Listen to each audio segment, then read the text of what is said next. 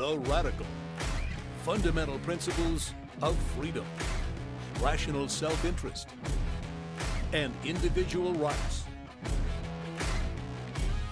This is the Yaron Brook Show.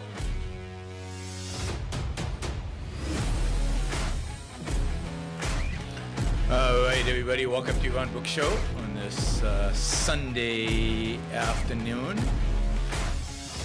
Hope everybody is having a good weekend. Whoops, what did I do there? All right, that worked. All right, so yeah, hope everybody's having a great weekend.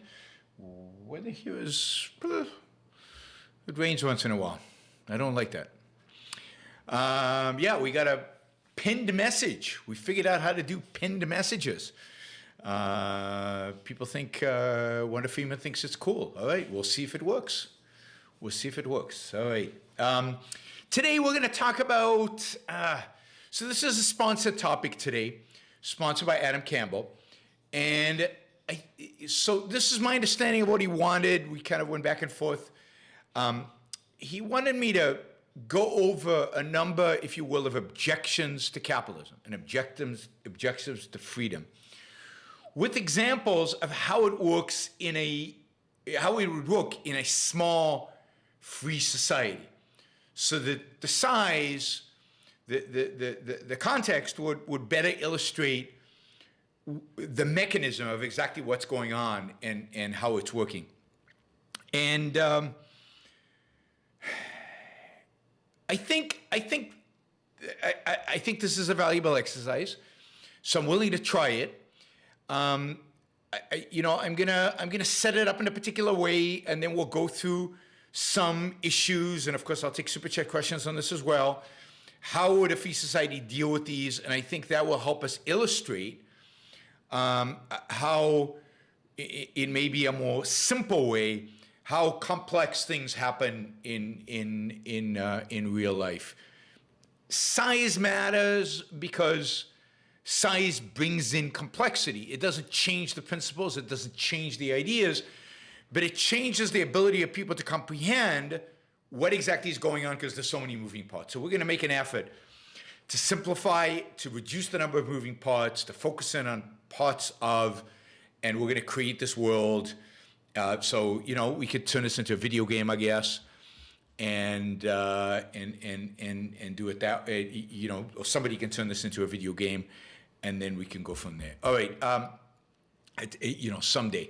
But for now, we're going to try this out, and then Adam will decide whether I fulfilled the requirements of the sponsorship or not, right? If not, I'll have to make another effort, given that he's put real money behind this. So let's see if we can this should be fun. It should be interesting, and we'll see how it goes. All right, before we get to that, of course, just a quick reminder that we use the super chat feature here on YouTube to support the show and to ask questions. So it's a way for you to interact with the show. It's a way for you to be a part of the show. It's a way for you to express your thoughts and to ask questions. And of course, importantly, it's a way for you to express value for value and support what it is that I am doing here. And let me get rid of these headphones because for some reason it's hot today. I don't think it's hot out here. I worked out this morning. And I don't know what it was, but I wore myself out. Body is still not recovered from it, and I'm hot and tired. All right, so Super Chat is available. We've got a $600 goal. As you know, Catherine is here to remind you and to keep track of the numbers and to get us going. This is a trade, value for value, so I will try not to talk about it too much. We'll leave it to Catherine to encourage you. Of course, you can also support the show by going to yaronbrookshow.com/support, or you can Action Jackson just replaced my pinned announcement, right? He just, demoted me. action, in addition to the link, it should say, support the show here or something like that. So it's not just the URL, I think. Right? All right. I get it that I have to, I get it that I have to type in HTTP, but I was trying to talk and do a show. Who has time to type in all that stuff? All right, cool. So Action Jackson has pinned their post. I think he'll fix it in a minute. We'll get a nice pin, and of course, that's where you can go to support the show. You can also do it on Patreon and Subscribe Star, but it is my preferred method is on my website through PayPal. Stephanie's eating a watermelon. All right, you know what they say? It's green on the outside and red on the inside. I'm not sure what that has to do with anything.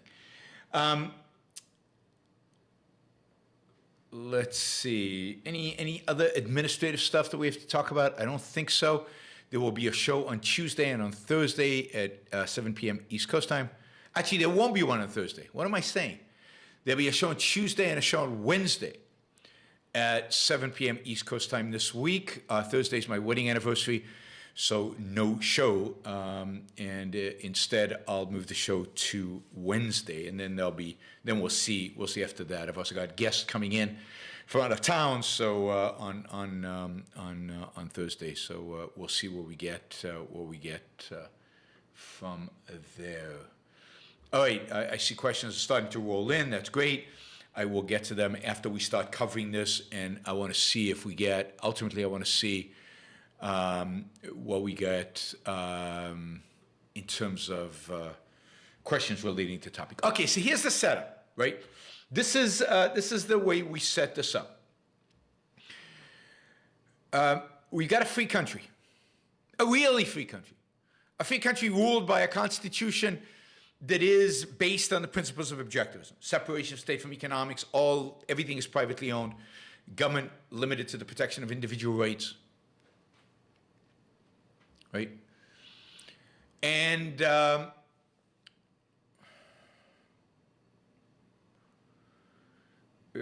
let's say it's on an island.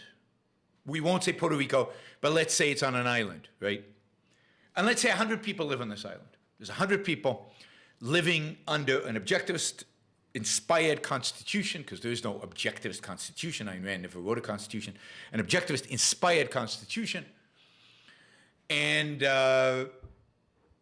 this thing is come into existence as we speak. It's somebody bought the island, I don't know, sold it off to everybody who wanted to participate, 100 people, and then basically they formed the government, they created the constitution.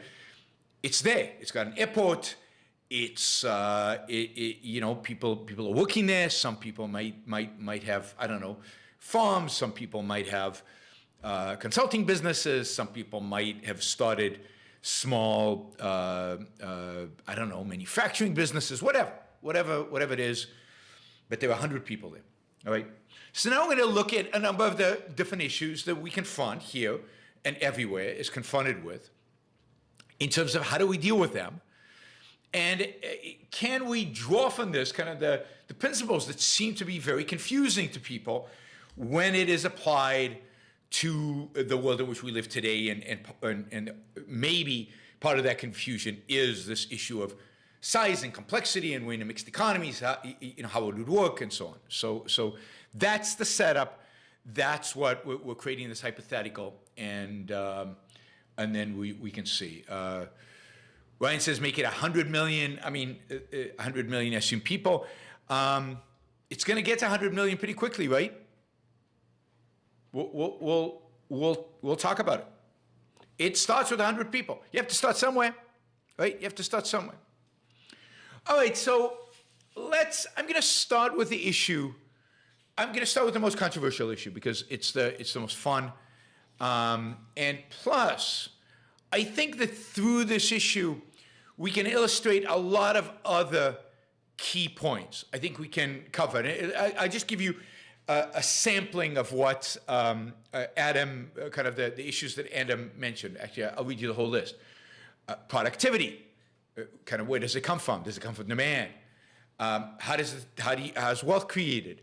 Taxes. How do you tax? Immigration, welfare, entrepreneurism, money, prejudices, woke culture, drugs, banking, government. How do all these things, how do they play out in a society like that? And can we use that in order to learn something about the world in which we live today? Yeah, Paulo, let's call it laissez-faire island. Great name. It's even the UN now has recognized it as a nation. So it's a country. It's separate. And the dark secret, the real dark secret on laissez-faire island is that it has 3 nukes. It has 3 nukes.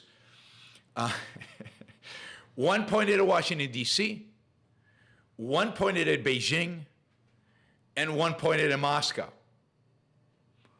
And these are stealth nukes, so they can't be shot down. These are, it's laissez-faire island. They've created the best nukes in the world, and they can't be shot down. So nobody's going to invade this island, because if they invade, they're going to be wiped out, right? Or at least a lot of people are going to die. So there's a kind of a mutually assured destruction understanding, and that is why it's left free. I've always argued with libertarians and with other advocates of let's buy an island and create an island.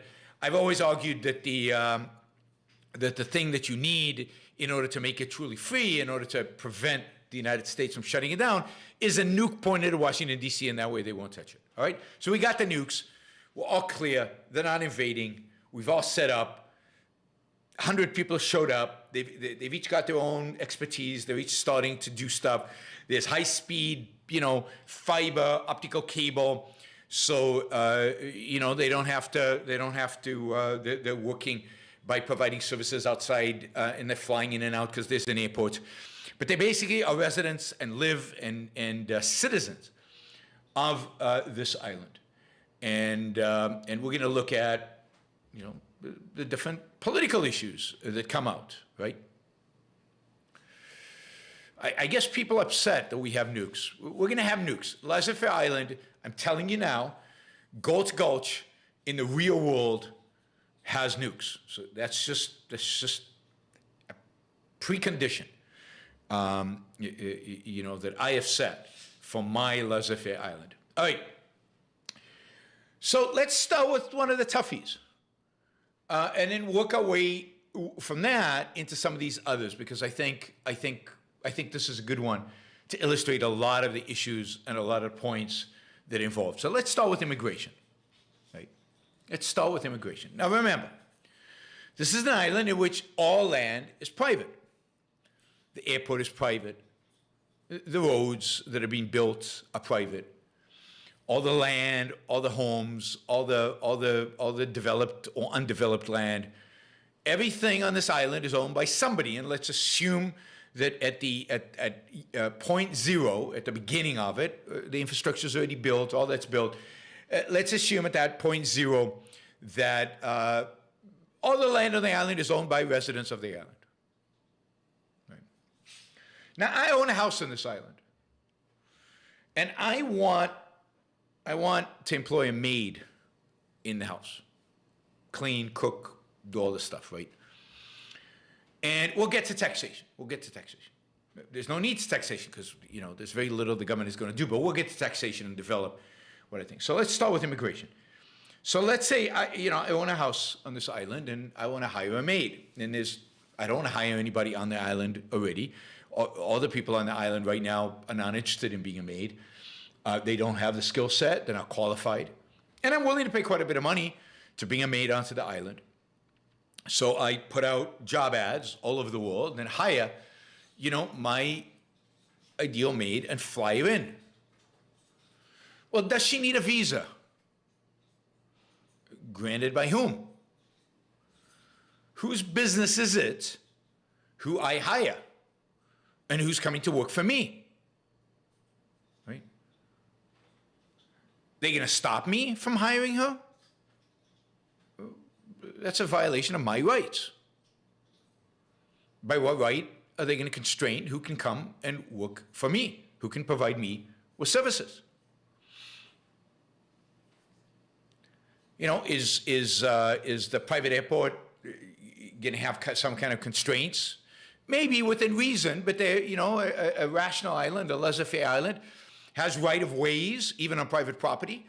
If, the airport just can't randomly ban people from entering. So what restrictions would be placed on me bringing in this maid? Now, maybe the local police have a station at the airports and they screen the passengers as they come in, and they just make sure that there are no criminals coming there, well-known existing criminals, or people that the government is looking for because they're terrorists or fraudsters. Make sure maybe that nobody with infectious diseases coming in. Maybe they have these little thermometers that radiate out and make sure you're not coming in with a fever, now that we live in an age of infectious diseases. But other than that, what role does the government have in telling me, put aside the immigrant, who I can and cannot hire? And isn't it a violation of my rights to tell me no? Can't hire anybody. Or you can't hire people from China. Or you can't hire people from Ecuador. Or you can't hire people from Scandinavia. Or they have to be from Africa or whatever. Right? By what standard? So no, there's no visa. A visa would say that the government has the right to restrict somebody's coming in. The government has a right to restrict how long they stay. By what standard? I, a citizen of the island, have rights. And as part of those rights, I have a right to invite anybody into my house, to hire anybody I want to hire to work for me. How does the government get a role in placing itself between me and the people that I'm hiring, the people that are coming to work for me?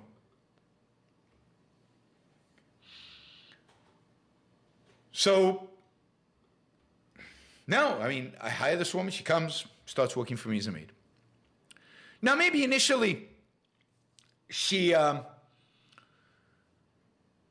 lives, I've got a spare bedroom or a separate unit, and she lives there. But ultimately, let's say she wants to move into her own place. Well, now she's going to have to go out, and she's going to have to find a place to live. She's going to have to find something. All the land is already private. And assuming I'm not the only one who's hired some people who've come in, maybe they're not 100 people on the island anymore, maybe they're now 125, because 25% increase in the population of Ireland. That sounds scary. Maybe there are 10 new people. And maybe most of them are maids. They're not earning a huge amount of money, but and maybe one of the residents on the island says, "Oh, I've got an empty plot of land. I can build a small apartment complex and rent it out to these immigrants and to these people coming in." And you can see that now the immigrant has created production. But even before that, let me take a step back, because I meant to say this. So the immigrant arrives, the maid arrives. She has no money, right? She's coming from a poor country. And she comes with no money. She's got a job. She wants to go buy stuff. Well, she can't. She has no money. So what does she need to do in order to be able to buy stuff? Well, she has to produce. She has to work. Before she actually can consume, she has to produce. Now, it's true that in an arrangement like this, I would probably advance her some money under the assumption that she's going to work. So it's still the fact that she has to work in order to produce, in order to consume. So once you break it down like that, once you start with a point zero, once you start with somebody coming in who does not have anything, and who's not yet worked, it's obvious that they can't produce anything. Sorry, they can't consume anything. They have to first produce. They have to earn a living. And this is kind of the straightforward, obvious case that production has to precede consumption. A person, an individual, and always look at economics and these kind of principles at the individual level. My rights being violated by you not allowing me to bring in somebody to work for me. Why is it your business who I bring in? Now we'll get to some of the political issues that might be involved in this in a minute as we illustrate all these different aspects of it.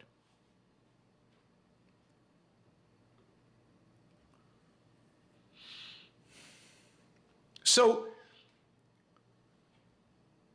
she has to work first, and then she can consume. And now she's doing something productive. She's earning some money. And now she can take that money and go and consume. And her consumption now is going to shift the mix of things that were consumed on this island before. Let's assume now there are 10 maids. They might consume different things than the owners of the home. And that'll create a demand for those things, which might result in somebody on the island producing the things that she consumed. But it might also just result in the store owner now shifting what he buys or imports from another country, from the United States, let's say. But what he's going to import is going to be determined by his assessment of what his customers want, or his assessment of what he can sell his customers on, what he convince his customers to buy. And is there ever circumstances where on this island you could imagine the government, or me, or any one of us, because remember, the government at the end of the day is us, particularly on a small island with a small number of people, it's us, where we say to this guy and said, you have to buy from these people, you cannot buy from those people, or if you buy from those other people, you're going to have to pay a tax. You're going to have to pay us for it. How would that ever, how would anybody imagine doing that? Where would that come from in a rights-respecting society? What right would any of us have to tell him, you can't buy stuff from Ecuador. You can only buy stuff from Colombia. If you buy from Ecuador, we're going to tax you. Now, we could say, as individuals, you know what, if you buy stuff from China, let's say, I'm not going to buy it. And now we'll shift his behavior. But under no circumstances do I have the right to tax him for buying from some producer and not buying from others and penalizing him. I mean, that, as Wanda Freeman says in the chat, that's like the mafia.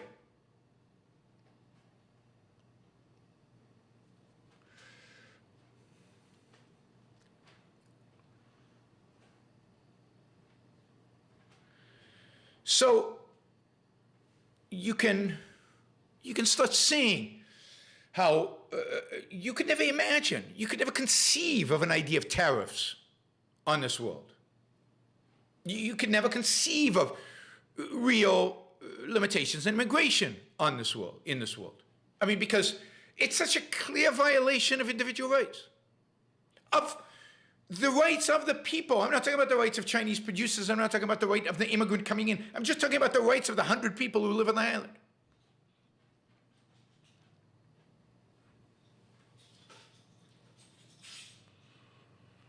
And you can see, of course, that these people, as they come in, because they're starting, in a sense, from zero, they're starting with nothing, they have to work in order to be able to consume.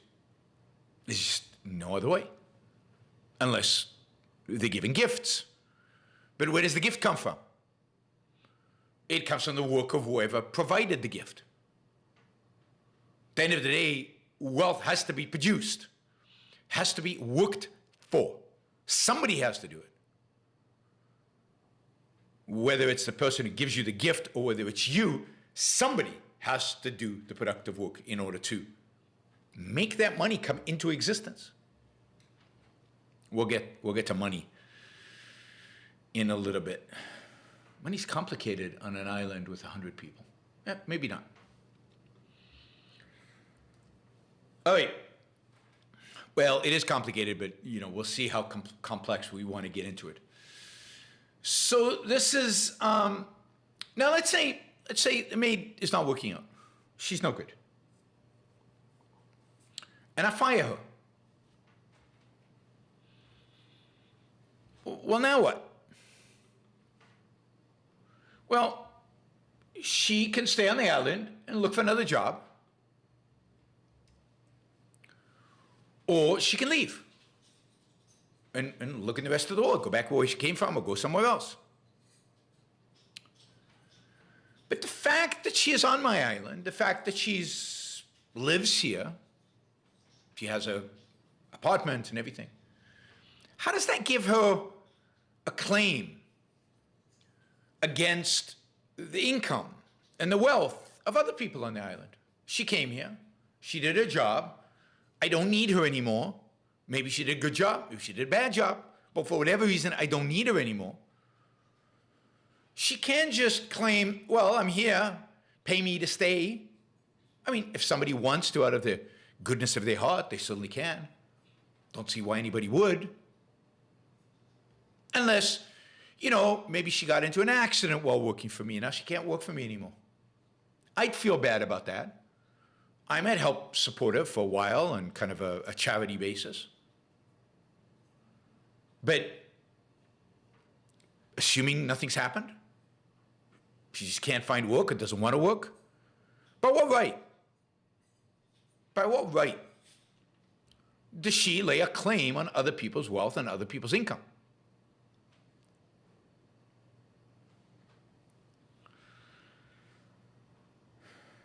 So you can see welfare. Welfare is just that. I mean, it's not about millions of people. It's about one person who's lost their job or never has worked. And now, because they're alive and because they're here,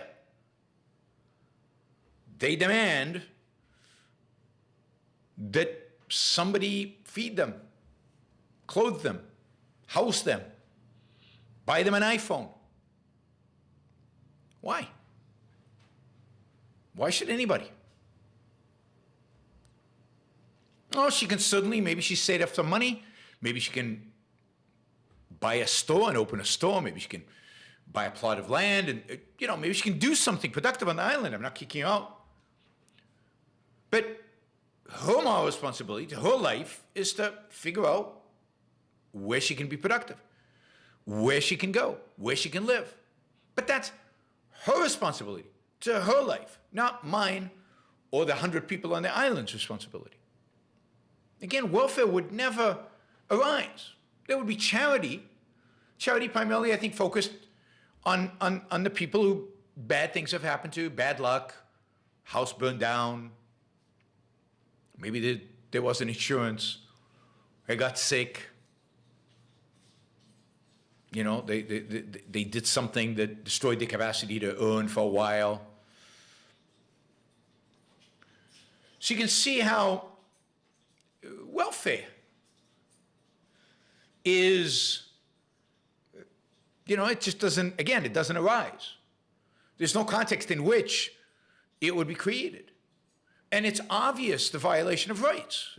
Somebody literally has to go around to all the 100 people on the island with a gun, and say, give me your money or I'm going to put you in jail. Give me your money or I'm going to put you in jail. And what are you going to use the money for, the people might ask?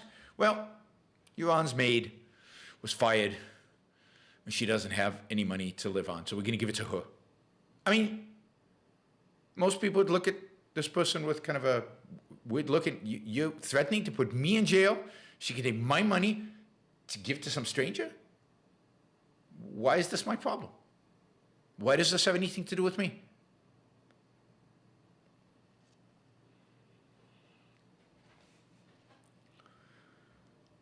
So there's no welfare on this island. There cannot be any welfare on the island. Again, people who establish such an island, who have self-esteem, who respect their own productive ability and therefore their own wealth, their own, what they have done in order to, they're not just going to give it away under the threat of a gun. They're not going to allow politicians to reach a state where they could put a gun to them. Of course, there are very few politicians on an island of 100. Maybe there's one. He's the judge, he's the sheriff. Maybe he's not the judge and the sheriff. Maybe they're two. One is the judge, one is the sheriff, and one of them also serves as president. Because I don't know what else. Oh, and maybe there's a third guy whose job it is to press the button to launch the nukes, right? That's it. I don't think there's anybody else there's the police, there's the military, and there's the judge. And there's somebody who supervises them. For 4 people max. Some people can double up. I think the policeman can also be the guy on the nuke button. I think that's fine, right?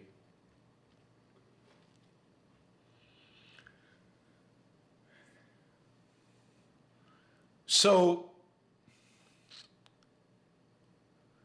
it's a pretty cool, so you don't get welfare because you can't imagine the mechanism by which it would arise. Now, how do you fund these 4 political guys? How do you fund the policemen? And the nukes need maintenance. They're probably fairly expensive. There's a whole technology. You have to keep them updated. I don't think we're going to test any on the island, but you certainly need to keep the nukes maintained. I mean, it needs to be kept as a credible threat. So how do you fund this? We've just talked about tariffs. You can't have tariffs.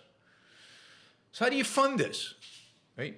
The 3 salaries maybe, and maintenance of the nukes, and maybe a police car and something like that. That's about it. Well, it's an objectivist inspired island, so we don't believe in coercion and we don't believe in force. So you can't coerce this.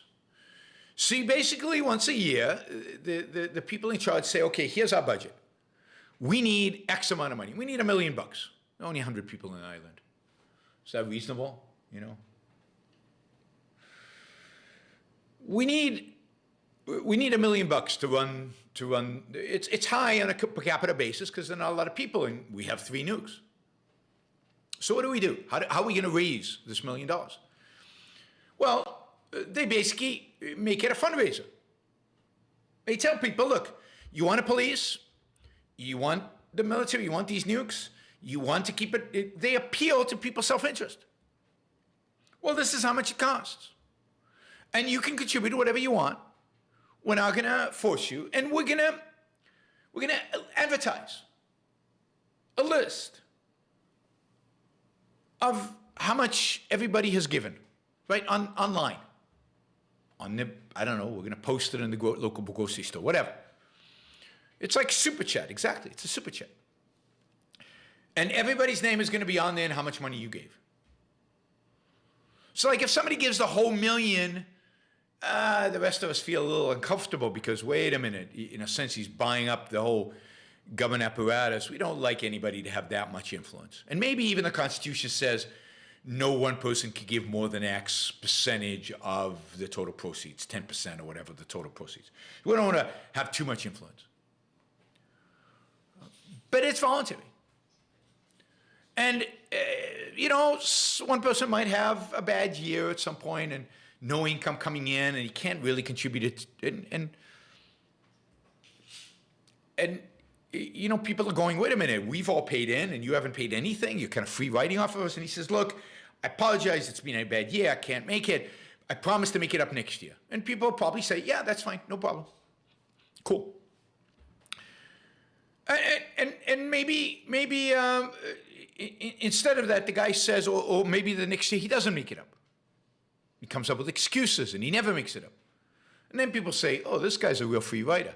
He's kind of a scumbag. He keeps saying he's going to make it up and he doesn't. Now, can they force him then? No. I mean, just because somebody's a scumbag. But we start making him into a social pariah. He's not invited to parties. We discriminate against him at the grocery store. We even have a sign at the front of the grocery store. If you're the owner of the grocery store, you can do this, saying, if you haven't paid your taxes in X number of months, don't even bother coming in.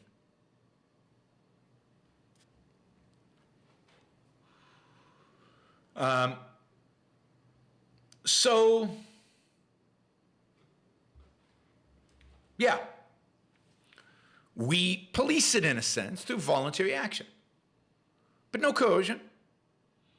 I don't have to sell you the stuff in my grocery store. So you can see now, again, that when you have such a small function of government, when there's so little for the government to do, you don't need a lot of taxes. Taxes are relatively minor. And it's easy to make them voluntary.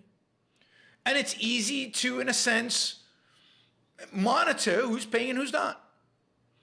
And you don't have to use force against those who are not paying. You just have to use some social pressure. Again, they don't have to pay, and they can leave if they don't like it. But,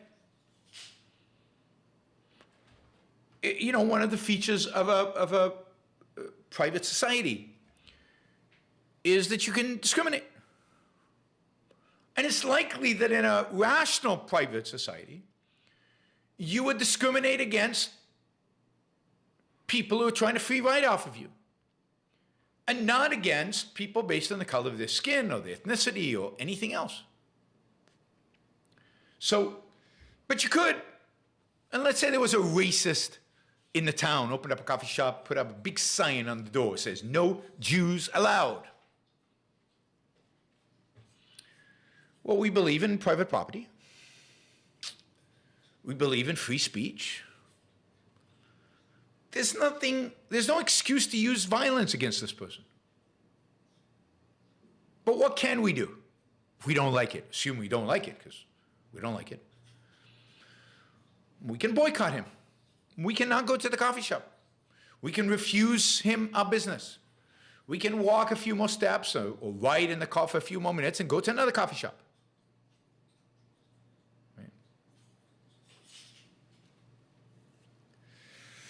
I mean, I don't think the maid has to have a prepaid return ticket. The maid just, it has to be explained to her that, you know, if she leaves, she's going to have to fund it, or, you know, she'll have to find another work until she raises enough money to leave. Because there's certainly a possibility that she can start her own business in town and stay. So in terms of prejudice, war culture, I think the attitude towards all that in a free society is, who cares? You want to be prejudiced? You want to hold crazy, wacky ideas? I don't want to have anything to do with you. I'm not going to interact with you. And look, interaction is not just, and this is, I think, again, you can imagine this in a place with 100 people rather than 100 million people. But interaction is not just about friendship. Interaction is also about work. Interaction is also about trade. Interaction is also the buying and selling. I don't want to have anything to do, and if this is particularly true if you understand that the world is not a zero-sum game, that the world is value-added. I don't want to have anything to do with people who advocate horrible ideas. If I lived in such a place and a communist moved onto the island, they're allowed to in my world. I mean, by what right do you do a political test on my maid? None of your business when she moves in. So, but if you're a communist or if you're a fascist, I, as an individual, won't work for you, won't trade with you, won't engage in business with you. How are you going to survive? You're going to have to leave. So you boycott people with bad ideas. You don't use violence. You don't use force. With a legalized force, because it's so-called legitimized by government, or just individual force. You don't use force. There's no force on this island. There's no coercion. There's the police that is there to retaliate, that is there only as a function of catching the crooks.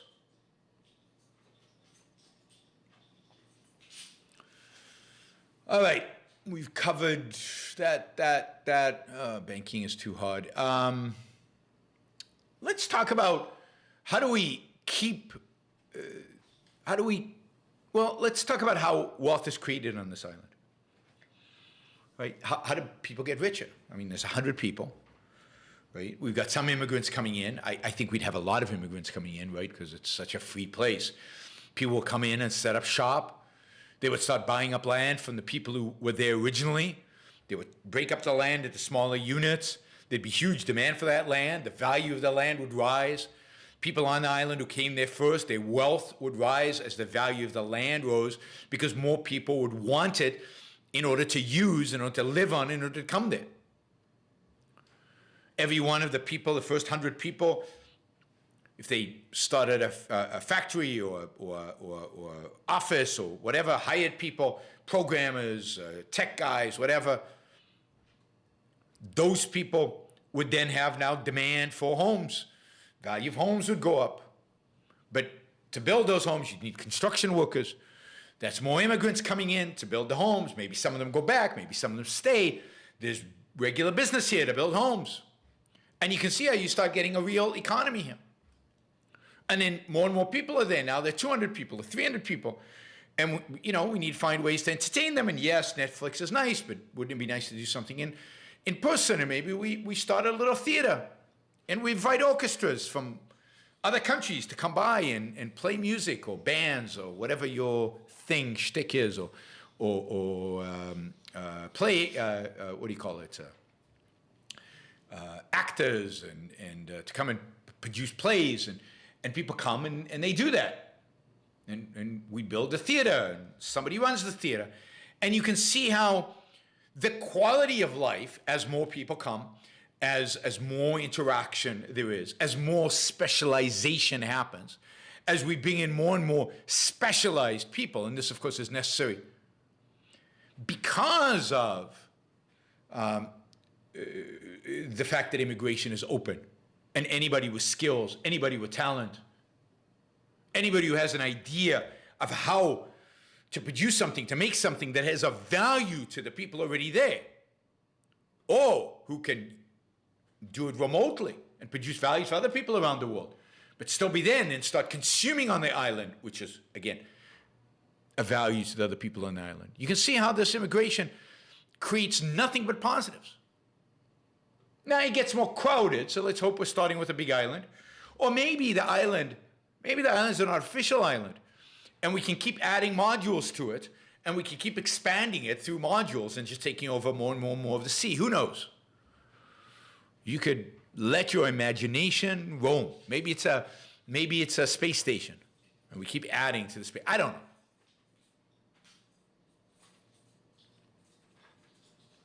Wanda Friedman says, who does the job interview for the policeman and judge? Interesting. I don't know. I think that's the only part of the system where you actually vote. So that's where there's an election. We all do the job interview. They propose themselves. They advertise. They have suggestions about what they would do, and we vote. And my guess is that most of the time there'd only be one candidate. But if that candidate got corrupted, or if they were doing things a little wrong, or we didn't like what they were doing, then somebody else would go for the job, and we would get a choice. The only context in which we're going to vote is to vote these people in. And as the thing grows, maybe we'd need a small legislature, and maybe we'd create, I think the Constitution would already do this, create some division of powers and allow for the political entity to grow, but grow only in some proportion to the population. Right? You could probably have some recall election. You could probably have a process of impeachment, which would require that. This is the kind of stuff that the Constitution, Robert Stubblefield says, and he's right. This is the kind of Constitution, the kind of stuff the Constitution says. Is it one man, one vote? No tax, not one tax, one man, one vote. Does everybody vote? The immigrants vote? Probably not. But there are people who are just born on the island vote.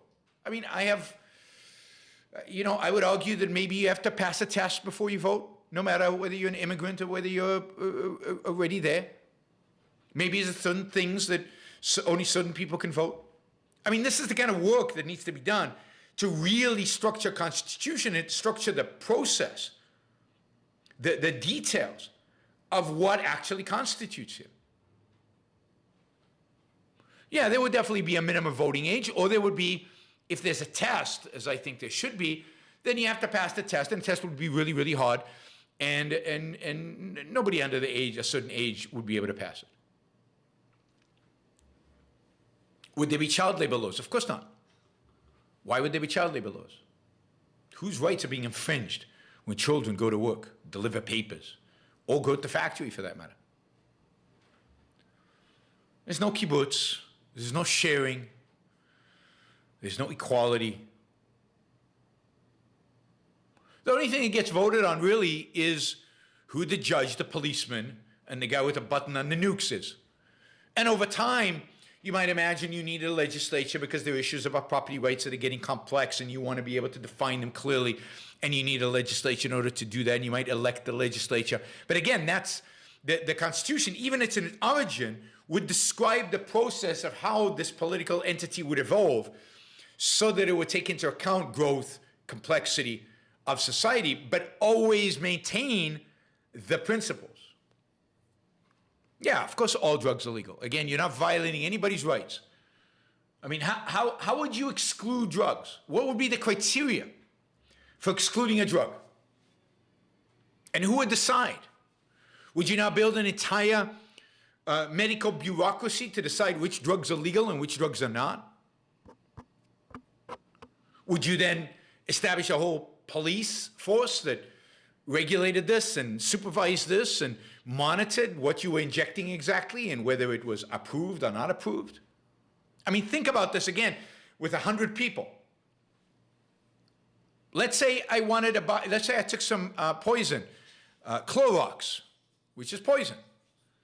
And instead of using it to clean the floors, I injected it into myself.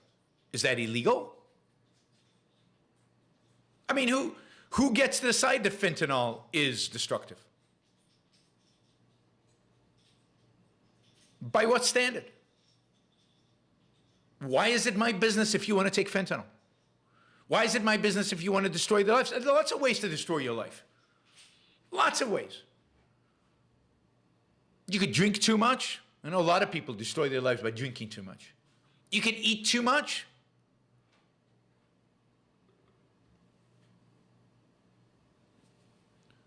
You can eat the wrong food. That would destroy your life. You can sleep with the wrong people, have sex with the wrong people. That could destroy your life. Sugar's pretty destructive. You could gouge yourself on sugar. Yeah, fentanyl is more destructive than some of these things, less than others. Who gets to decide? Science decides. Reality decides that it's destructive. Who gets to decide which destructive things are okay for people to use and which destructive things are not okay for people to use? Why do you get to decide for me? Why is it any of your business? Why are drugs special? Why isn't the same thing applied to food? Why isn't the same thing applied to sex? Why isn't the same thing applied to education? What if I decide that my kids are going to not get an education? I'm just going to let them party. I'm just going to let them roam around all day. I'm not going to send them to school. Now, you might think I'm immoral. You might boycott me.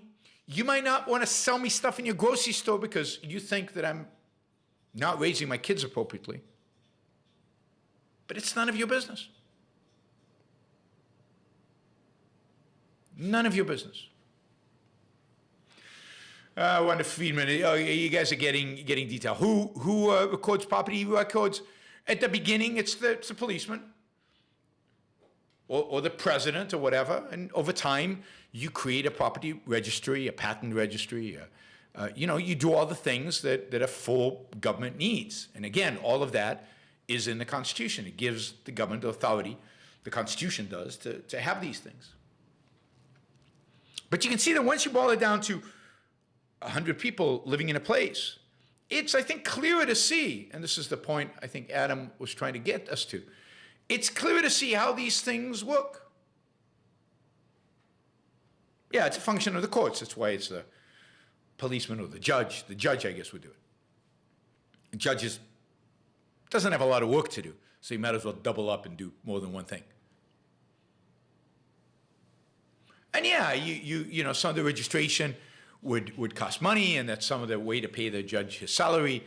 You know, there are a variety of different ways in which the government provides certain services that can be charged for, but not everything can be charged for.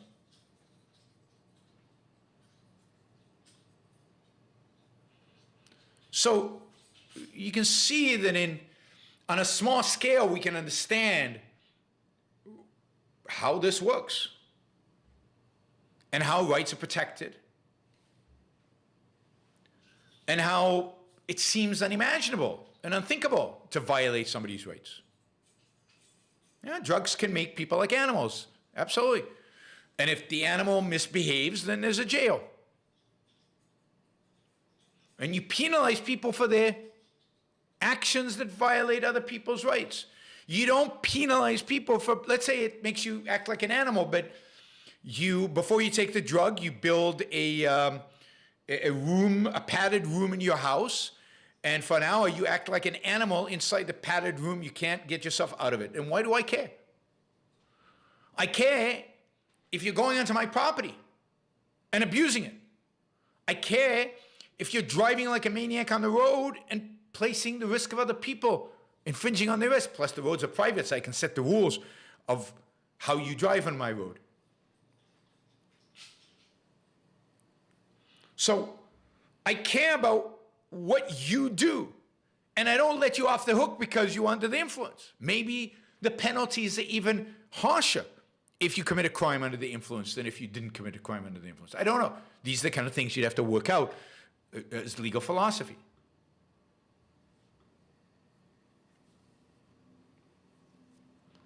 Now here's Adam. This is great, Iran. You can also see how quickly it goes bad if the far left or the far right was suddenly in charge of this prosperous island. Yeah, I mean, you could see it immediately. If you start taxing people, if you start using coercion, if you start banning certain behaviors like even drugs. It starts with drugs and then it goes to banning discrimination. And then it starts saying, okay, well, we're going to take your money to help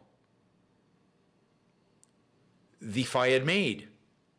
And then we're going to say, wait a minute, I don't like you building these condominium buildings right next to my property. I want some zoning, I want some planning. And you can see once you accept even iota of force, once you accept, even for the sake of protecting people from themselves, protecting them from drugs, once you accept a little bit of force, the whole thing deteriorates. The whole thing goes away.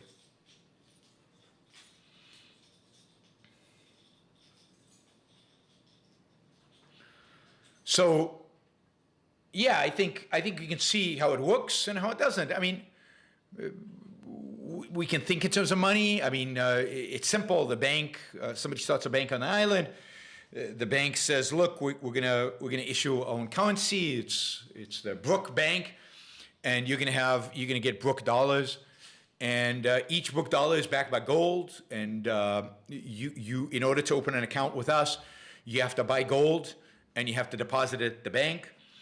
We can arrange that for you. Don't worry. If you bring your American dollars or Canadian dollars or whatever you bring to us, we'll go out there into the financial markets. We'll buy the gold. We'll put it on reserve here, and we'll issue you Brook dollars. And you can always exchange those Brook dollars into gold. I mean, not always. Most of the time. Most of the time. Depends on the contract. Right? Then we use those Brook dollars to issue loans. We encourage people to open saving accounts with us, so they're locked up for a while. They can't just take them whenever they want. And you create, and maybe there's another competitor that arises. It's the Ed Bank.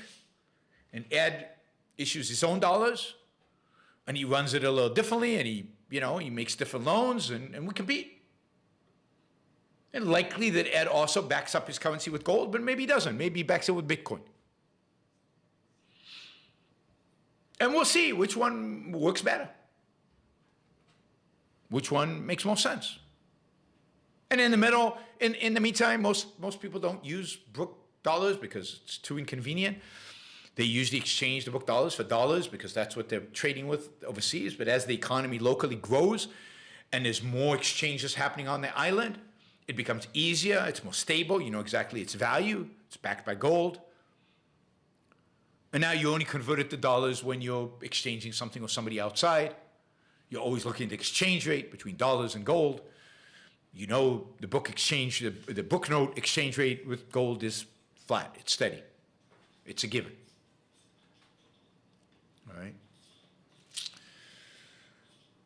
All right, let's put a line there. We're already at almost an hour. Wow. Okay. Let's see if there are questions relating directly to this. We'll start with $20 questions. Roland says, kudos to Adam for sponsoring this. This is precisely what I think is sorely missing from the objectivist content. All right.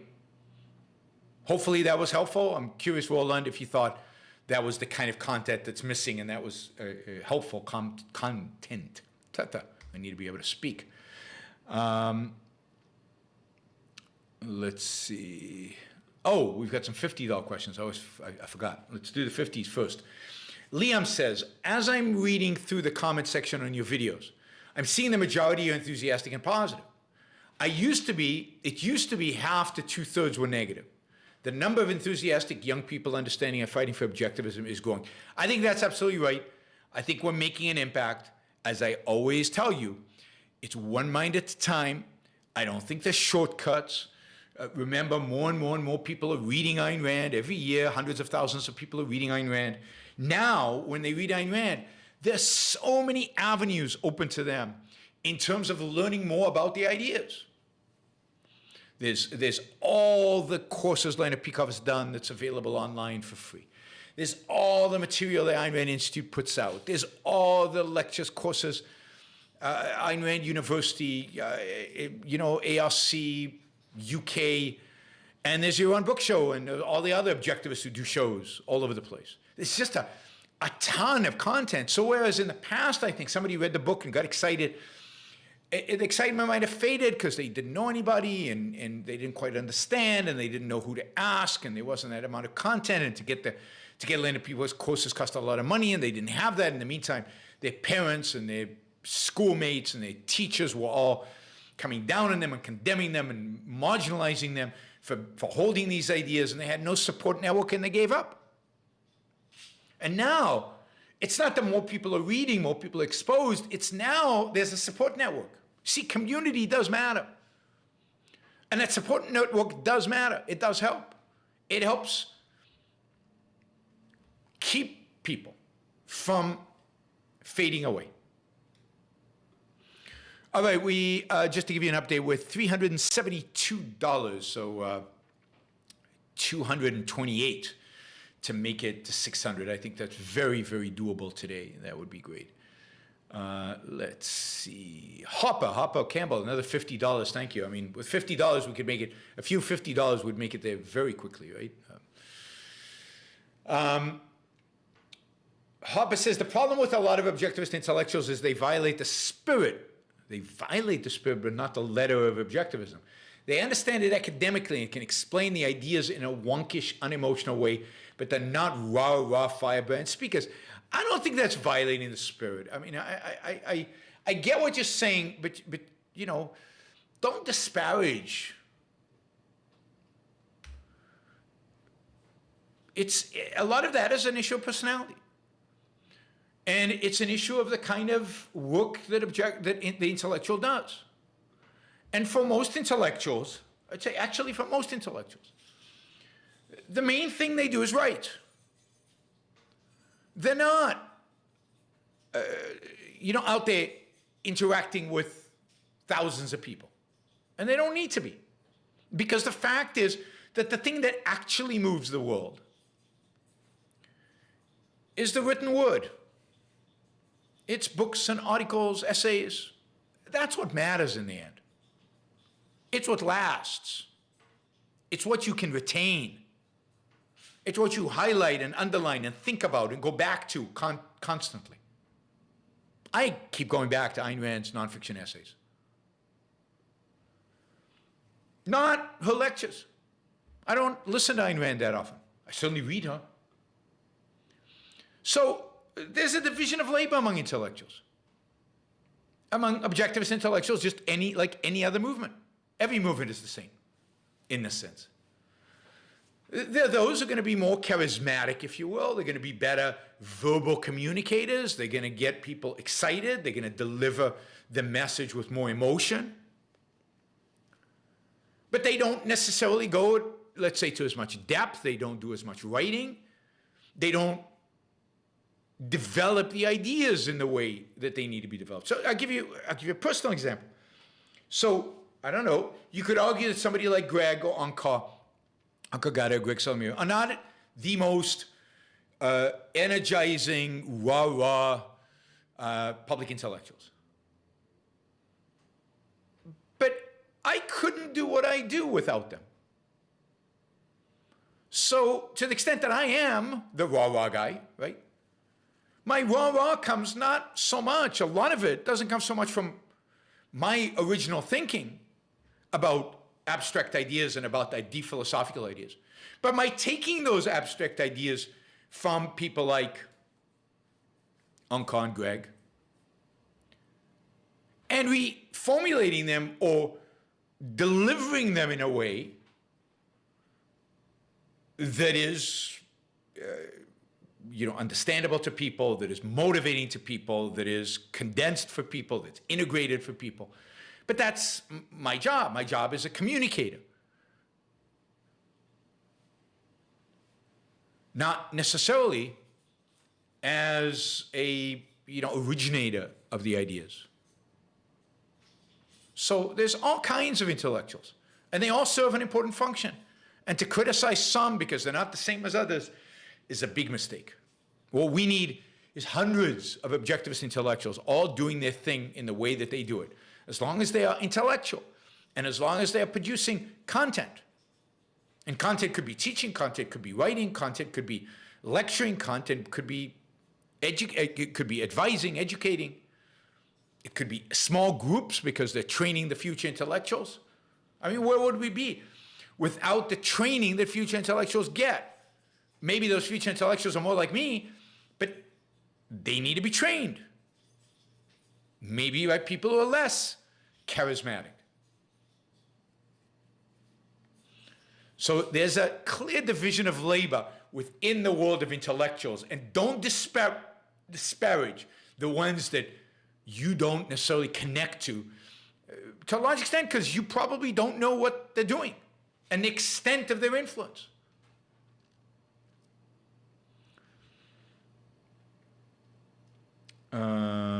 All right. ONG Puppy says, does society have a right to preserve cultural political values? Does Hungary have the right to remain hungry? Or is it immoral for them to prevent mass migration from a radically different culture? This Israel. So let's take the island. There's 100 people on the island. I've hired a maid to come and work with me on the island. The maid comes from a very different culture. She's from the Philippines. And I've also hired some construction workers because I want to build an office building on this island. And I'm also hired some workers to come and work in the office building. They're going to be programmers. And the construction workers I've hired are from, and I'll go with the stereotypes, they're going to be from Mexico. And a lot of the programmers are Hungarians, Eastern Europeans.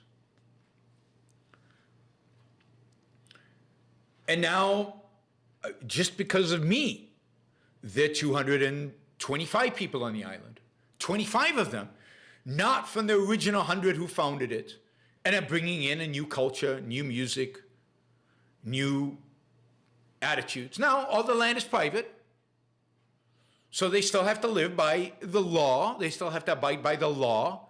But they open up their own bars. They open up, bars that maybe are different than the kind of bars you're used to, or maybe they invite musical groups to perform that are maybe different than your musical groups.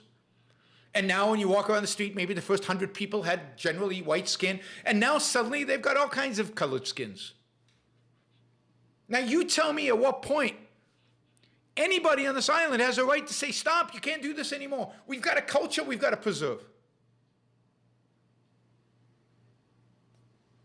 Nobody has that right. And you create a constitution to make sure that the constitution cannot be changed. And you create, or not changed easily, obviously, and you create a constitution that maybe doesn't allow the new people who come to the island to vote, at least not for a long time, or not until they pass the test.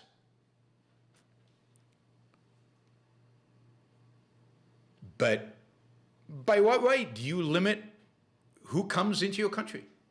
By what right do you limit my ability as a resident in the country to invite whoever I want to come here to work for me?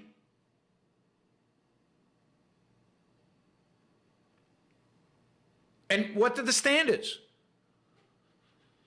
I'm going to give them a test. If they're religious, they can't come. If they're brown skinned, they can't come. If they come from shithole countries, they can't come. What's the standard by which you define this? So again, in a free country,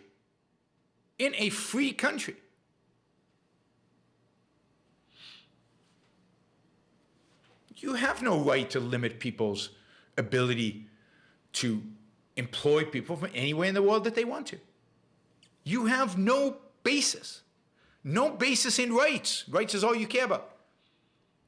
To stop people from entering the country, again, unless they're a threat somehow. And you have to define that threat. Now, why do we want Hungary to stay hungry? What's the value of Hungary? Roland here says he's from Hungary. As a Hungarian, I certainly object to Hungary remaining what it was in the past. Hopefully it will become more like America. Yeah. And what does more like America mean? A right-respecting country that welcomes anybody who's willing to work and is willing to respect the rights of other people. And in a free world, the same goes for Israel, absolutely. So again, Israel is unique only because the Jewish people are constantly under threat. If that threat goes away, because people are generally rational, then yeah, anybody should be able to go anywhere. I think at the end of the day, this is why there'd be a lot fewer countries. There won't be just one, but there'd be a lot fewer countries than there are today. Because who the hell cares what the borders are exactly around Hungary, and why is that special?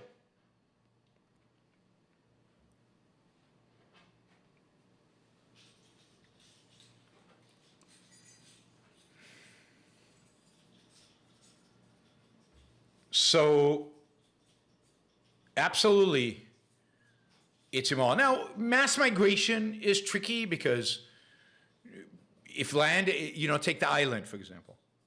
You can't just have people coming and entering the country uninvited.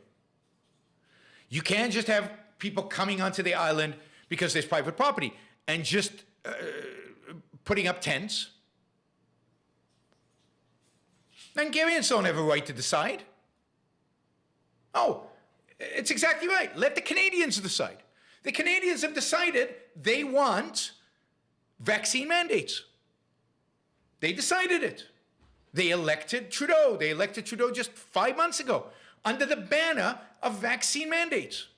Let the Canadians decide. There's no issue of rights anymore. To hell with rights. God, you guys make me angry. You cannot have let the people decide, let the Hungarians decide, and individual rights in the same umbrella. Doesn't exist. Once you say let the people decide, individual rights are out. Individual rights are out. There's no such thing. We're talking about here about the principle. We're talking here about rights. We're talking about here about a free society.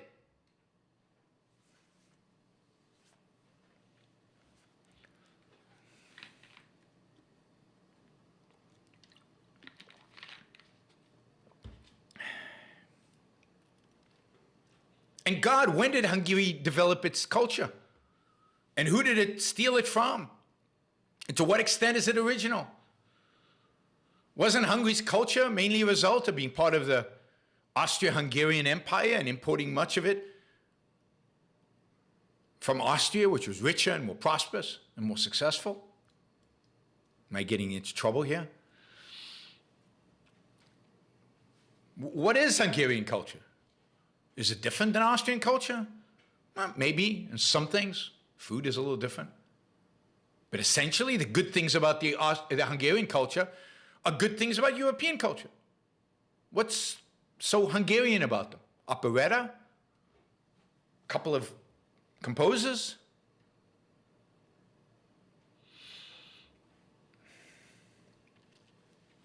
We talked about immigration. Immigration is my right as a citizen to invite anybody I want to my place, to work for me, to produce for me. Can't produce, you have to leave. But why is it anybody else's business who I invite onto my island, my property, my business, my real estate? And again, mass migration is not possible because, thank you, Travis, really appreciate you becoming a monthly subscriber to YBS, really appreciate that. Adam says, immigration goes back to production. On the island, only the productive would be motivated to move there. Yes, because there's nothing else they can get there. But also, they can just come, right? They can come and rent a hotel room, that's fine. Hotel rooms are available. But they can't squat on anybody's land because everything is private property. So mass migration is out. There is no such thing as mass migration in a free society. You don't accept mass migration. And I don't think any country should accept mass migration. And mass migration is completely an artificial phenomena, usually of war, or some other real destructive phenomena. And yeah, you have every right to stop mass migration. By the way, you know, it's not like Hungary stopped mass migration to Hungary. None of the people who tried to migrate wanted to go to Hungary. Every single one of those Muslims who came from wherever in the world, who wanted to go through Hungary to get to Germany, Sweden, places where they got checks. Nobody wanted to stay in Hungary. Hungary didn't close the border to protect Hungary. They closed the border to protect Germany. And the real reason they closed the border was to make a point that they were the defenders of Western civilization because they weren't letting the barbarians in. But the Hungarians, none of the people wanted to stay in Hungary. None of them did. Roland says, all that is good in Hungarian culture is ultimately based on ancient Greece. Yes, all that is good in Western civilization is ultimately based on ancient Greece.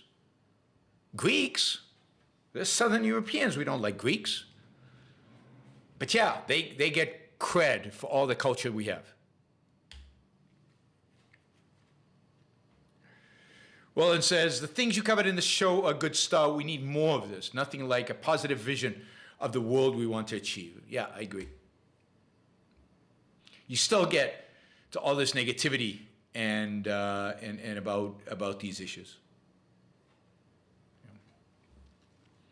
Yes, Greece as in Athens, not Sparta. Absolutely. Thanks, Wanda Freeman. Greece, when we say Greece, at least on this show, we mean Athens. I mean Athens. So there is no such thing as preserving a culture. You want to preserve your political values, absolutely.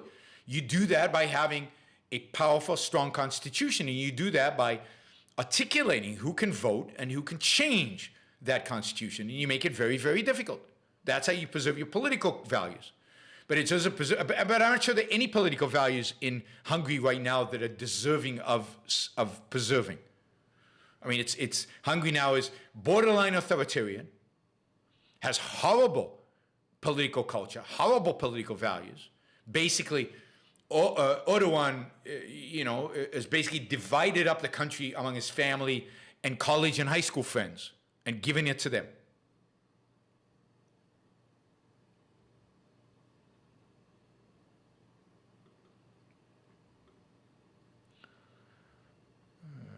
Ed says, I'm confused, Iran. Isn't that what's happening in our southern border, mass migration? Didn't you support that? But today you say no mass migration. I've never supported it in terms of willy-nilly anybody, millions of people just crossing the border. I have proposed, and I've been very clear on what I proposed. You have a job, you're allowed in. in the current context of America. In a free society where all property is privately owned, the government has no role in immigration, just has no job in it. But mass migration is impossible because everything is private property. And all those people just crossing the border where they're crossing the border right now would be infringing on private property, and we'd be prosecuted for violations of private property. But today, when 75% of all the land west of the Mississippi is owned by the government, we don't have a free country with private property. But we should have checkposts on the southern border. I've said this many times. We should make it super, super easy for anybody to immigrate. As many people as can get a job in the United States should be allowed to immigrate into the United States, given that we have a welfare state and given all the other constraints that we have in America today, and given the fact that not all property is private and it's not completely free. Anybody who can get a job, whatever job, as a gardener, as a garbage collector, as a programmer, anybody who has an employer who's willing to send them a letter saying, when you come to the U.S., I'll give you a job that's verifiable, should be allowed into the country. And then you'd not have mass migration anymore. The only reason we have mass migration on the southern border is because we have such a primitive, broken, decrepit, inefficient, and ineffectual legal immigration system. If you want to reduce illegal immigration, well, legalize it.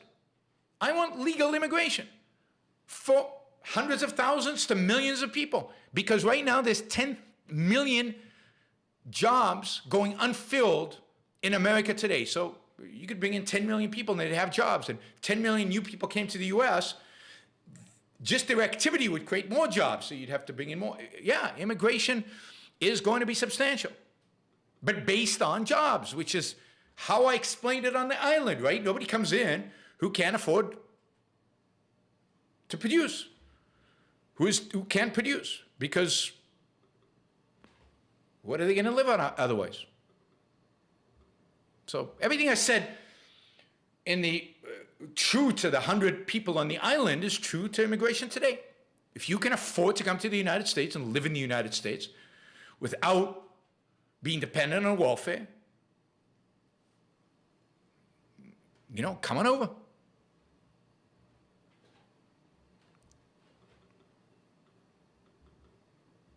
Well, what happens if you get fired after you get here?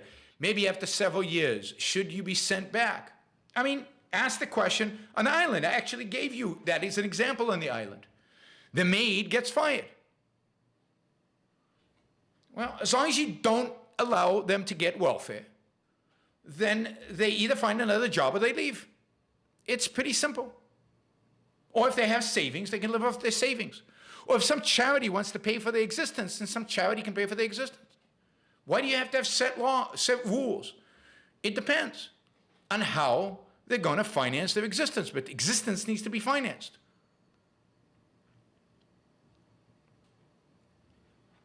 So the state doesn't have to impede or decide where they're going to live, but the state can say, you're not getting anything from us, figure it out. Even in a mixed economy, we could ban immigrants from getting welfare for the first 20 years. We cannot allow them to vote for at least one generation. You can do a lot of things with it in order to preserve these things.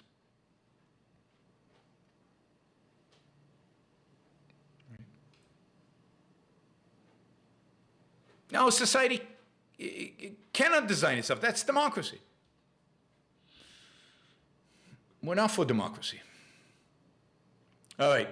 Anyway, I don't want to get bogged down in immigration. It's a stupid topic. If Reagan could not have been elected without Ayn Rand, Michael asks, how come after Reagan things slid back?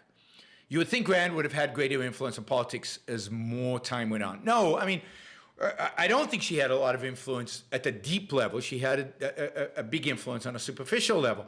She had the influence at the level of making things like capitalism a positive view of capitalism, a positive view of markets, a positive view even of pursuing your own happiness, in a sense of, if you remember, that generation in the 80s was called the me generation. Me, right? A certain okayness to being a little selfish. not fully selfish in the objectivist sense. So she had an impact on the sense of life, on the attitudes, but not on the ideas and the philosophy. Not enough. So it didn't go deep. Didn't go deep. If it had gone deep, it would have survived. Michael says, people can't even tolerate the N-word in a movie. You really think they tolerate gulags and concentration camps? Humanity is too soft and docile for another Shoah. Oh, God. You are so naive, Michael. People don't tolerate the N-word because it's the N-word and because it's being deemed politically offensive. But the culture can turn like that on people. And it can turn very quickly. I mean, again, I've told you this many times. If you'd asked people in 1925 in Germany if they could imagine a day in which there would be concentration camps in the heart of Europe, they would have said, you're insane. I mean, we might not like the Jews, but we're civilized. And they turned on a dime. Because people's ideas are so mushy, because they're so anti-conceptual, because they're not tied to a proper morality and a proper epistemology, they are gullible and they're easily manipulated. And they can easily become the victims. Victims is the wrong word. They can embrace an ideology that leads them to concentration camps. It's happened before. It happened in Germany. Of all the countries in the world, in Germany. Who would have believed that? Nobody in the 20s would have believed that. Or in the teens, or in the late 19th century.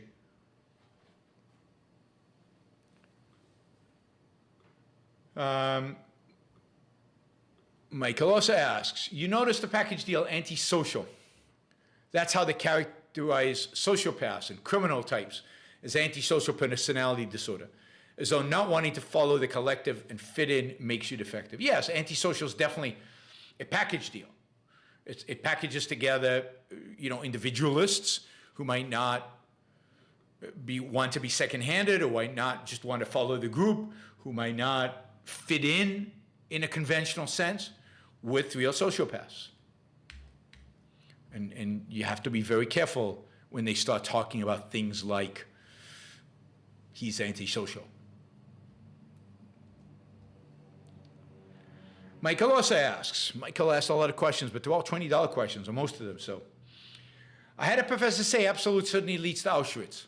Isn't this a package deal? Yes. Absolute certainty as evil ideas leads to terror, but absolute certainty in reality and reason leads to tyranny being impossible. Absolutely. And you hear this all the time. All the time. That certainty is fascism. That certainty is authoritarianism. And here they're mixing epistemology with politics. Yes. Certainty of a leader on how you should live, on what your values should be, is authoritarian. That's the political. And it's got an epistemological implication. He knows more what's good for you than you do.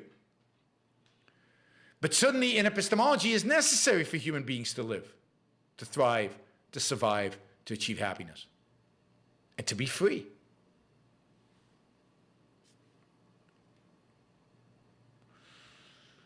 All right. Andy asks, would political parties exist in a free society that has internalized the idea that government cannot violate rights? What is the correct way to deal with factions intent on using the majority to capture government? I don't know if you have political parties. It really depends, and you'd have to really think this through in a sense of what are the kind of disagreements that would happen, legitimate disagreements, that would happen in the context of a proper constitution. And to what extent do you think those disagreements will cluster around particular ideas, so all the disagreements would be of A, and then all the other type of disagreements, and they would be opposed by B, and they would cluster around those? Or would the disagreements go in all kinds of other directions and not be clear to cluster around a party that captured all those disagreements. I don't know.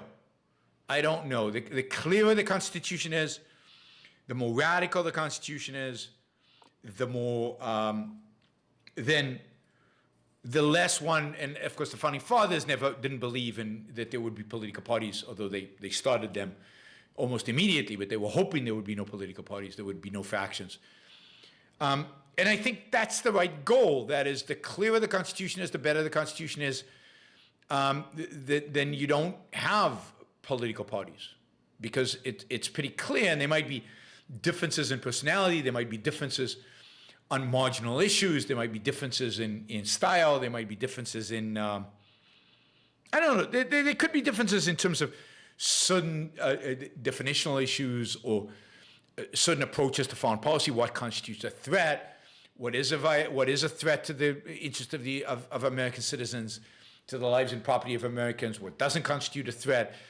So you could imagine around foreign policy issues there being some divergence. But again, I think that divergence is between individuals rather than between political parties, because there's no principle, I don't think. But again, I think you'd really have to think it through.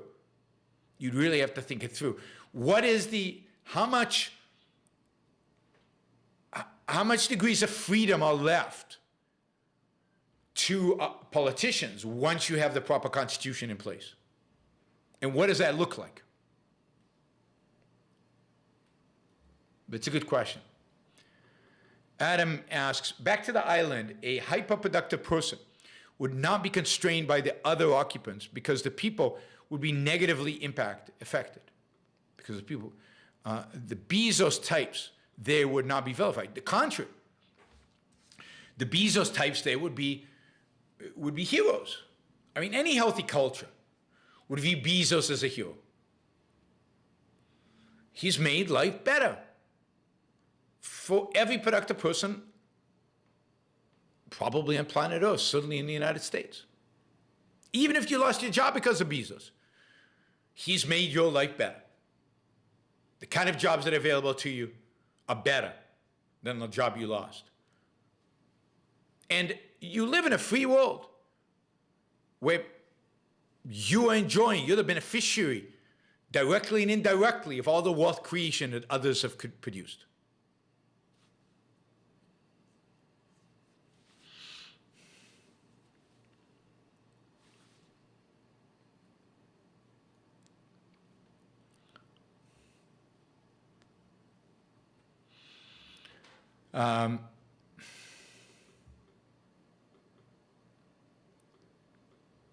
So the more productive a person is, once a culture internalizes the idea and makes it part of the culture, that the world is not a zero-sum world, that your gain is my gain, that in a free market it's win-win, then the more productive you are, the more values you've created, the more you benefited me, the more I admire you, the more I respect you.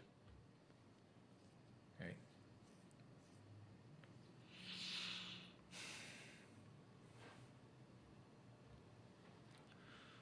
Well, I mean, this Hungary question keeps going on. The Hungarian language is very unique and unlike anything else in Europe. Who cares? Why is there even a Hungarian language? Lots of languages have gone on into existence. Is it really that bad for the world that languages go out of existence? It just makes it more difficult to communicate, having multiple languages.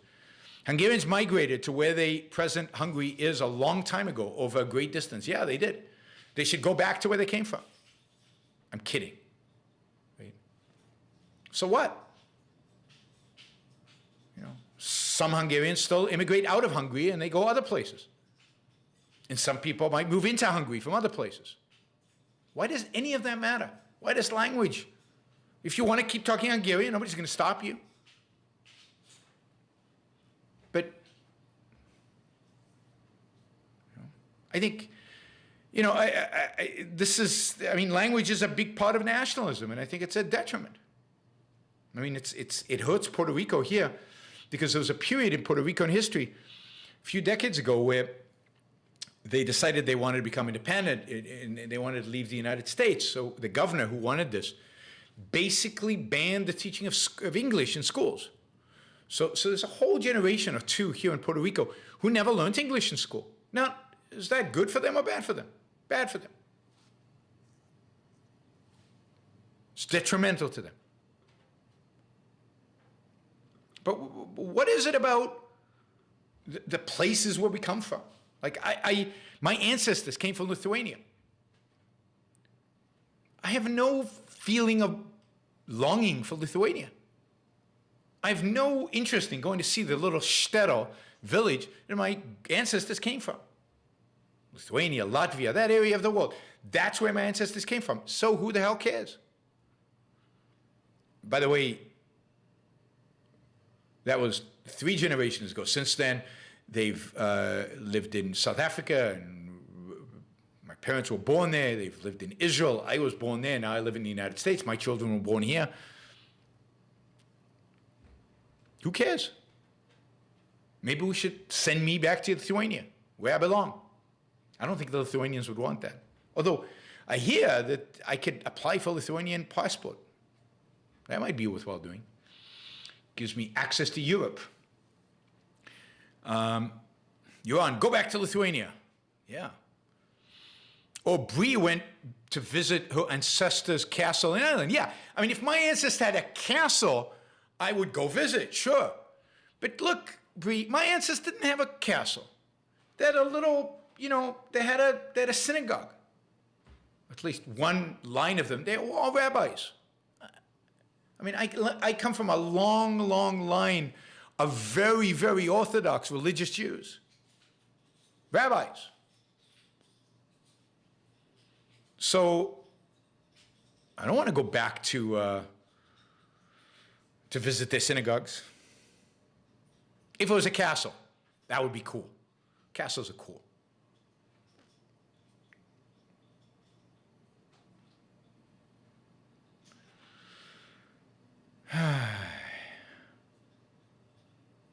Yeah, no, I don't think there's a Yaron the Great in the past.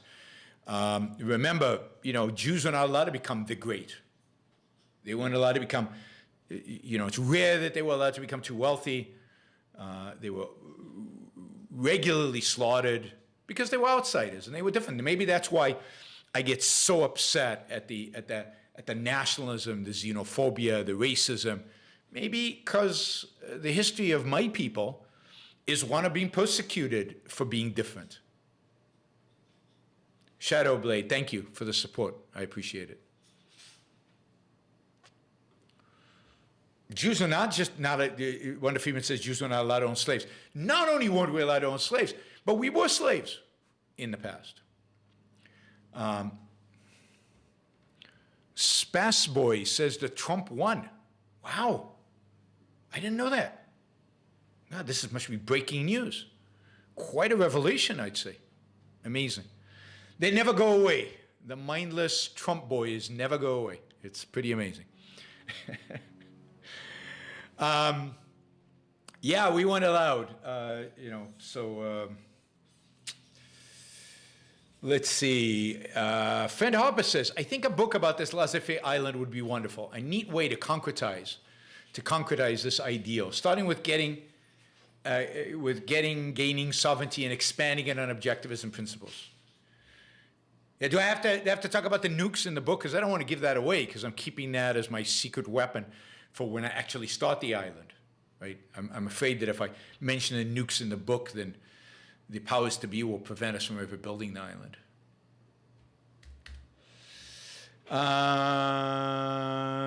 Friend Harper says, something from Ingenuism I thought would be helpful for the YBS audience.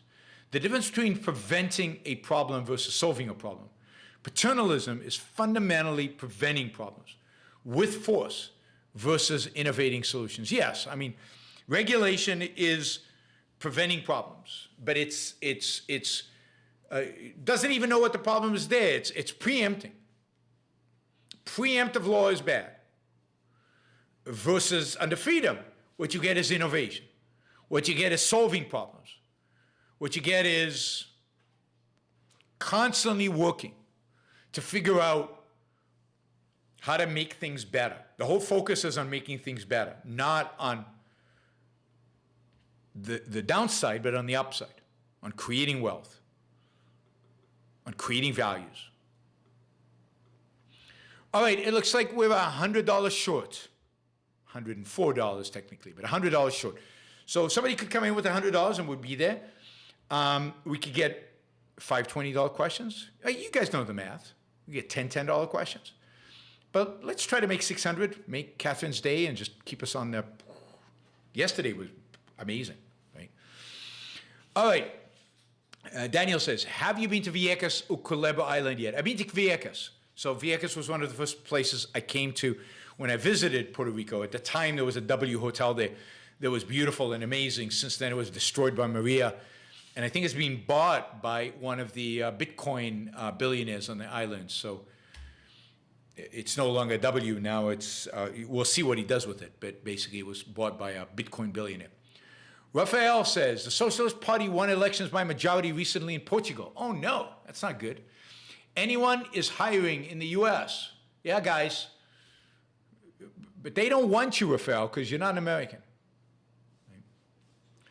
If anybody has a job for Rafael, please hire him. He wants to get out of Portugal. Just as I'm visiting, right? Brett says, what is the fate of the national parks and wilderness areas under free market capitalism paradigm? Well, all land should be privately owned. They are privatized. And I think the government auctions them off. And it depends. If the people buying them are people who want to preserve them as national parks and wilderness, they will. And if the people buying them want to develop housing communities there and cliffside things, then they will buy them. But it should be private property one way or the other. Hopefully, because we all love national parks and wilderness areas, you know, the people who buy them and the people who value them the most are going to be the people who want to preserve them as wilderness areas or as parks, and they're the ones who raise the money, and they raise more money than anybody else, and they buy that property.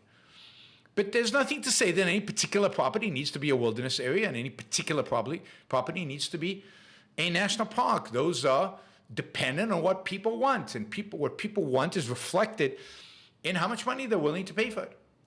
If the value of having a national park is very high, people are willing to pay a lot of money for them. And then it's just a matter of creating a foundation or creating an organization that gets all that money in order to buy them.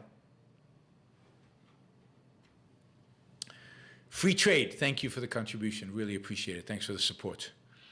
All land should be privately owned. Government should own no land, you know, except for military bases, police things. Jeff, thank you. Great hypothetical show. I wish it existed. Me too, believe me. That's 100 Canadian dollars. That gets us very close to 600 American dollars. In the old days, when the Canadian dollar was close to the American dollar, we would have been there, but we're not quite there yet. So Catherine will do the math and let us know how close we are or not. A11U Pencil says, is talking about your new clips.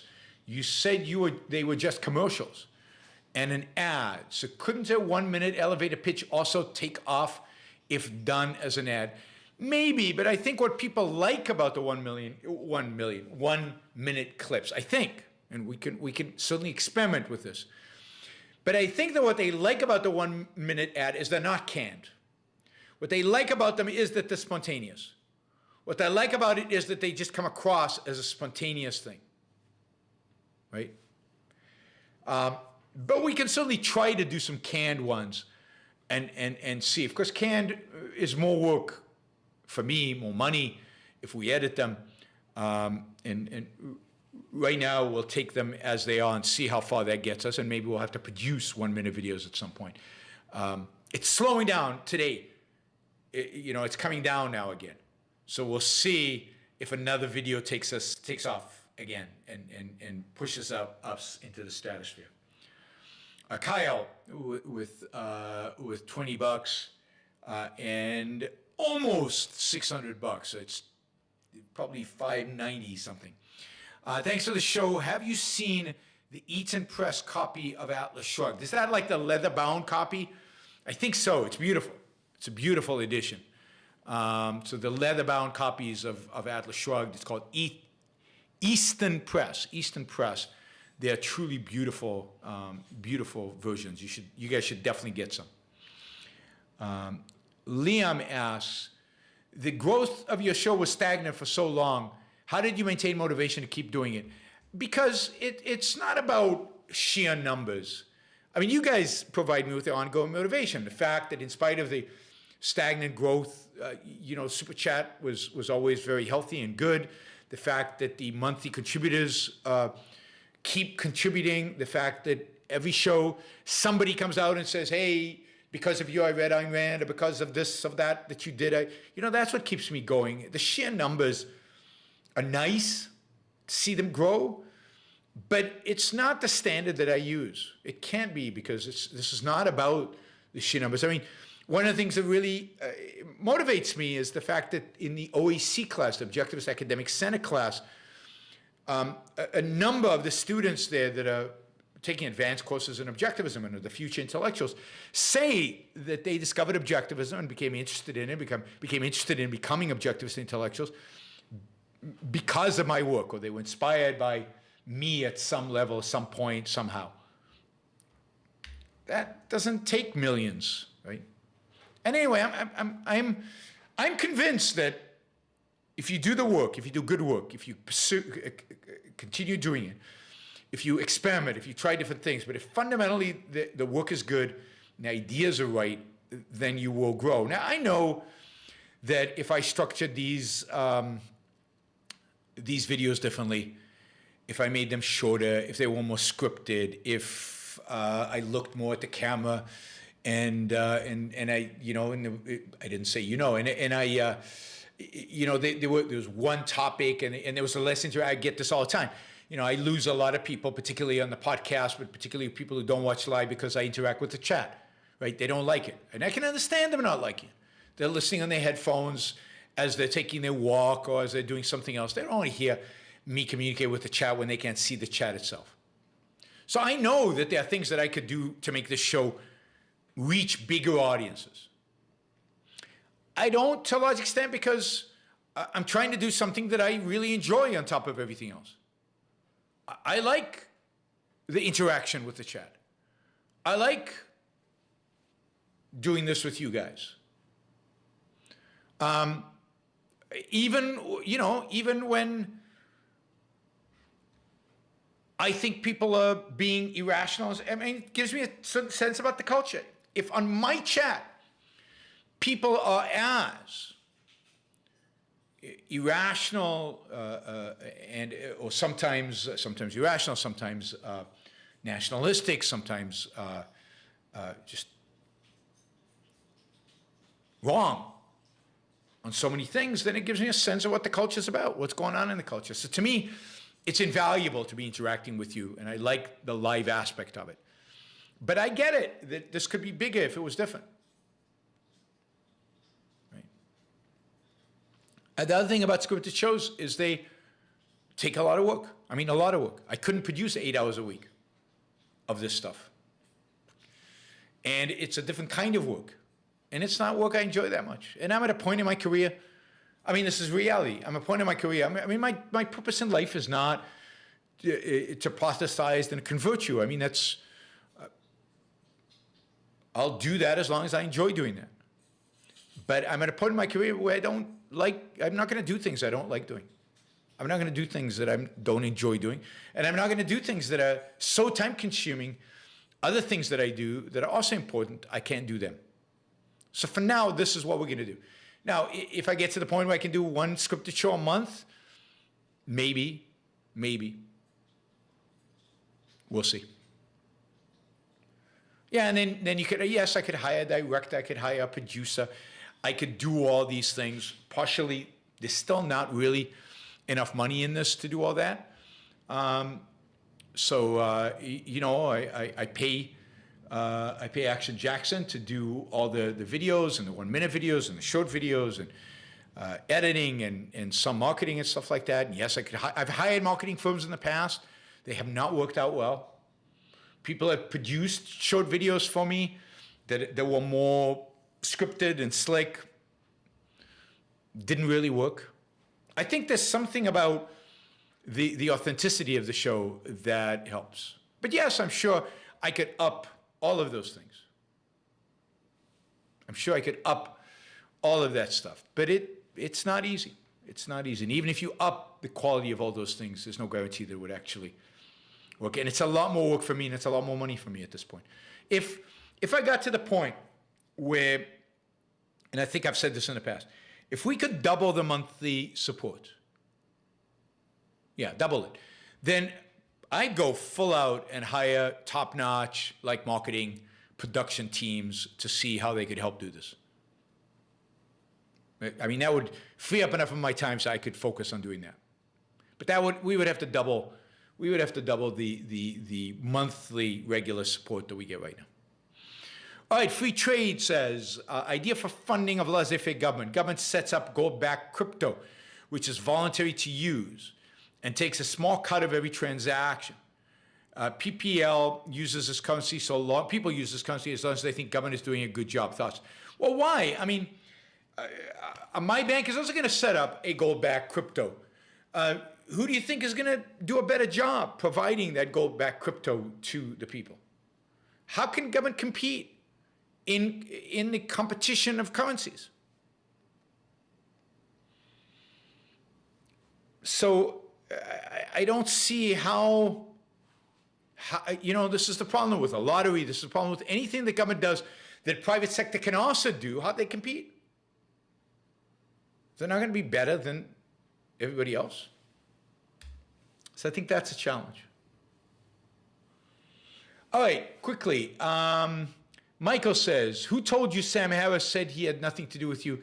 He knows who you are. Yeah, I think he does know who I am. I think it was Dave Rubin. Dave Rubin told me, who at the time was very friendly with Sam Harris, had a great relationship with him. So that's who told me.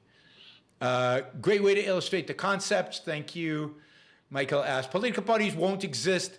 We'll be able to replace elected representatives with AI operating system that simply follows an algorithm. No, we can't. The law is not just simply an algorithm. You require philosophical thinking to do law properly, to be a judge, to legislate. That requires human beings. AI couldn't do it. What do you think of the idea of raising money for the government by charging a fee to have contracts able to be used in court? I like that idea. It's Ayn Rand's idea. I like that idea. That's certainly part of how you raise the money. It wouldn't be all you use to raise the money. It wouldn't all be used. It would be one of the ways, an important way. It would be how you would fund the court system.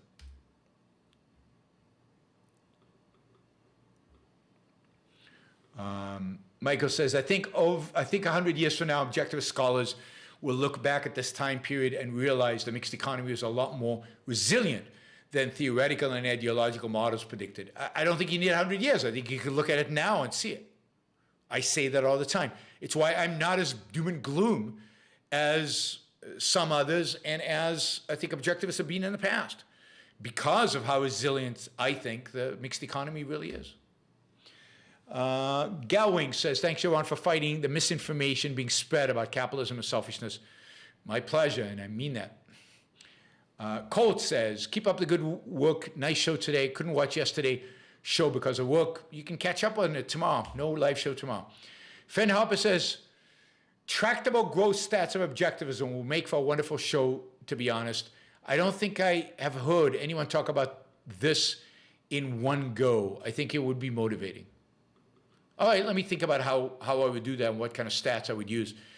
But yeah, I think you get some of that when the CEO of ARI does his annual State of ARI presentation. A lot of that is related to numbers, and a lot of those numbers relate to the prevalence and the spread of objectivism. But I'll look into what I can come up with. All right, cool.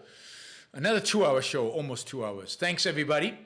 Really appreciate it. You can click on yaronbrookshow.com/support at the top of the chat here to go and become a monthly supporter of the Yaron Brook Show.